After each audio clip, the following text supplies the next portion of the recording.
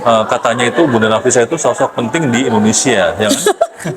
Kok agak-agak ya? Dalam hal ini di Gunung MPR ini, Iya, ya kan? iya, iya. Karena sebagai seorang protokol pimpinan ya, Betul. protokol pimpinan Protokol MPR. pimpinan MPR RI.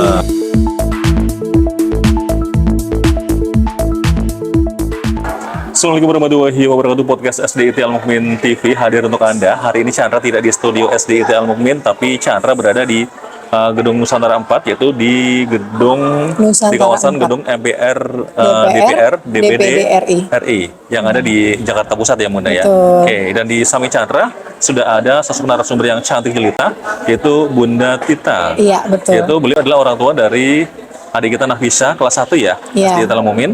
Dan juga kakaknya sudah lulus ya. Sekarang sudah kelas 3 SMP ya Bunda ya. Betul sekali. Oke. Bunda apa kabar nih Bun? Sehat. Alhamdulillah, Pak Bunda, ya. Nasrul apa kabar? Alhamdulillah Atau sehat, Mas Ibu. Chandra mungkin nama Sama aja, panggungnya. Bun. Iya, nama udara tuh Bun. Iya. Radio. Oke. Bun, hari ini kan ya Chandra penasaran banget sebenarnya Bunda ya. Dari Iya. dulu udah penasaran banget ketika mendengar Bunda itu katanya itu Bunda Nafisa itu sosok penting di Indonesia, ya kan? Kok agak-agak ya? Dalam hal ini di Gunung MPR ini, Iya, ya kan? iya, iya. Karena sebagai seorang protokol pimpinan ya. Betul. Protokol pimpinan Protokol MPR. pimpinan MPR RI. Betul. Bunda masuk di sini sejak kapan nih Bun? Sebenarnya kalau jadi PNS-nya dari tahun 2010. Iya. Tadinya saya ada di Komisi Yudisial, kemudian di tahun 2020 saya pindah ke Baik. MPR, Setjen MPR. Baik. Nah kemudian di sini Bunda tugasnya apa saja sih Bun? Tugasnya itu begini, jadi pimpinan MPR itu misalnya Iya. ada tugas Aha. atau ingin menghadiri sebuah acara Oke. atau melaksanakan sebuah acara juga, itu tugas kami di protokol Baik.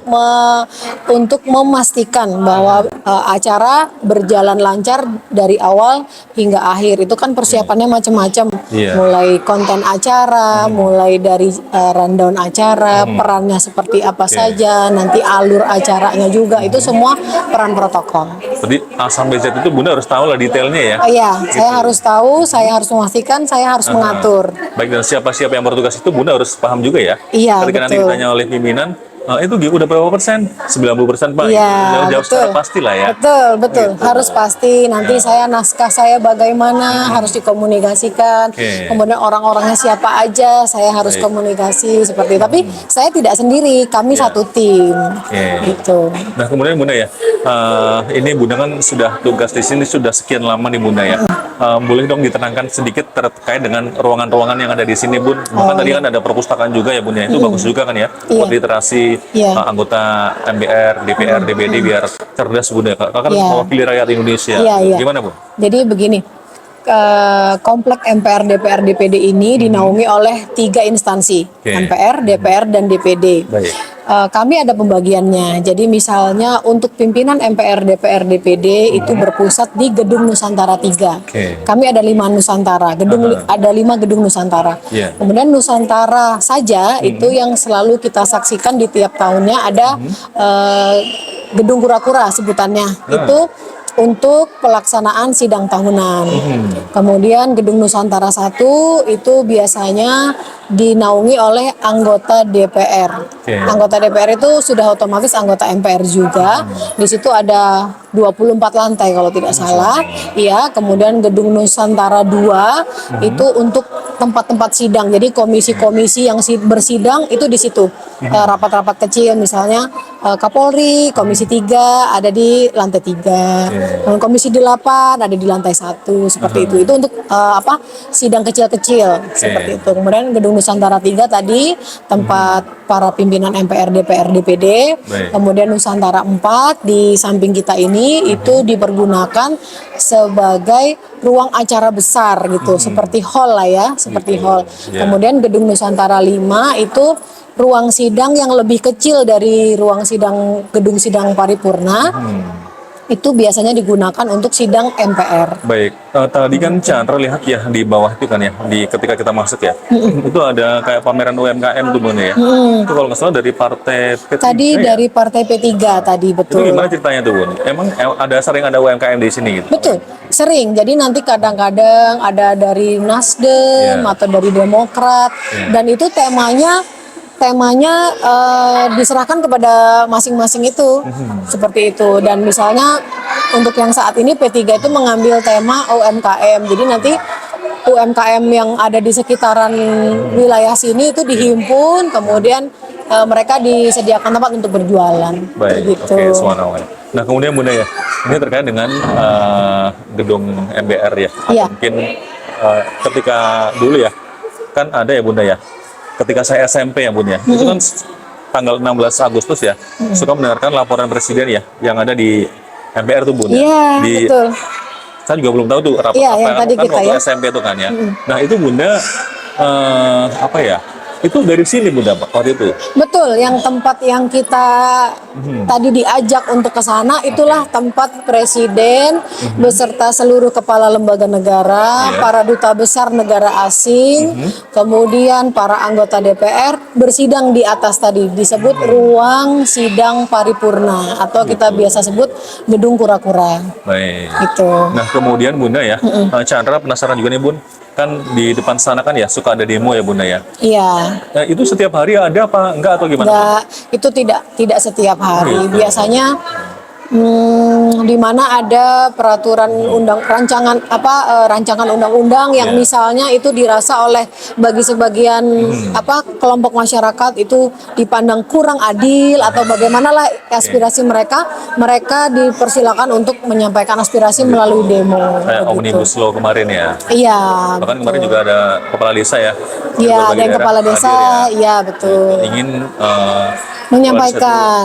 bisa lebih lama lagi menjabat. Iya, masa jabatan kepala desa ya. Nah Iya. Bun, kan kalau misalkan demo-demo itu Bun ya, kan ada demo skala kecil ya, skala besar, bahkan skala besar banget Bun ya. Di tahun 98 ya Bun ya, itu kan pernah ya, pernah itu Bun, di 98 ya, pernah para mahasiswa menduduki gedung kura-kura ya, yang ada yang hijau tuh Bun ya. Itu gimana tuh Bun? Boleh diceritakan dikit nggak Bun? Suasana di dalam itu gimana sih Bun? Iya. Kalau yang demo 98 mungkin saya masih SMP ya. Nah, mungkin kalau yang terakhir aja itu di 2019, Iya. itu suasananya itu skalanya mungkin lebih rendah dibanding 98. Kalau 98 itu memang bangsa Indonesia menginginkan perubahan di situ, Iya. reformasi gitu ya. Kalau yang di 2019 itu kan seperti demo dari masing-masing pemimpin ini ya, paslon waktu itu ya kalau tidak salah. Nah, Iya. jadi tuh suasana yang dirasakan oleh teman-teman itu yang paling terasa adalah gas air mata sih sebenarnya gitu. Jadi kayak teman-teman di sini kalau terancam sekali tidak, jadi mereka juga masih bisa ya sudah biasalah ada pemandangan seperti itu. Kami juga dari segi keamanan, kami juga ada akses memang, ada akses yang dipulangkan di jam di jam-jam tertentu yang kita boleh pulang dan kita boleh masuk gitu. Jadi masih aman-aman aja sih. Baik. Iya. Nah kemudian Bunda ya, kan kalau pikiran mahasiswa ya, yang namanya menyampaikan pendapat ya, itu kan dengan berdemo lah ya, itu kan mengeluarkan pendapatnya. Nah itu yang di sini, di dalam sini Bun, para wakil rakyat lah ya, itu berpikirnya bagaimana tuh Bun? Apakah, oh ini ada demo nih, ayo deh segera ke depan dulu deh, siapa Oh, ke depan dulu, tidak. bagaimana tuh Bun? Enggak, jadi Iya. demo ini begini loh, Mas. Jadi kalau misalnya sidang itu tetap berjalan, Oke. rancangan itu tetap berjalan. Terus kalau ada yang menyampaikan melalui demo, Iya. itu nanti kan diresume, ditampung. Apa mereka unek-uneknya Oh, seperti gitu. itu. Nah itu nanti Tuntutannya apa disampaikan, iya disampaikan. Tapi tidak langsung serta-merta kayak ujuk-ujuk keluar gitu, tidak juga ada sistematikanya, iya gitu. Berarti ada step by stepnya lah Ada Bun, ya? stepnya. Tapi mereka yang di dalam itu, beliau-beliau yang di dalam itu mendengarkan juga gitu. Oh, ini ada yang sekelompok ini dijadikan sebagai bahan pertimbangan juga. Iya, iya, suara Gitu. Dan di partai yang menaungi itu misalnya tidak setuju atau apa, juga tetap akan memperjuangkan. Oh, gitu. Dan hasilnya tetap dibawa ke sidang dan kemudian kan pengambilan suara ada. Jadi ditentukan tetap dari situ. Oke deh. Iya. Bun, ini kan hari ini kan kita anak SD nih hadir ke sini nih. Di lain hari biasanya anak-anak SD, SMP atau SMA atau bagaimana Bun? Rata-rata sih sebenarnya SMA, SMP ya, rata-rata Gitu. ya. Kemudian kemudian kalau SD itu ada juga. Tadi juga dari SD yang lain juga ada masuk ke sini juga. Gitu. Iya. Oke deh Bun, terima kasih Bunda ya. Sudah Iya. banyak bicara Chandra nih. Iya, makasih banyak Semoga sukses Pak. ya. Amin. Suatu ketika Ya bisa Rabbal menjadi Alamin. apa ya? Tidak hanya menjadi protokol, Iya, tapi menjadi amin. yang pimpinannya ya. Amin. Orang yang duduk di situ. Amin, Tapi amin. harapan Chandra ketika Bunda duduk di ruang ber-AC tadi yang di dalam apa tadi Ruang sidang paripurna. tidak boleh tidur ya Bunda ya. Iya. Jangan tidur Mohon ya. izin ya Bunda ya. Baik, Bunda, Iya. terima kasih ya Bunda ya. Baik, Baik makasih. teman-teman, saya Chandra. Makasih. Ibu Tita. Iya. Pamit undur diri. Assalamualaikum warahmatullahi wabarakatuh. Like, subscribe, komen, dan share ya. Dadah.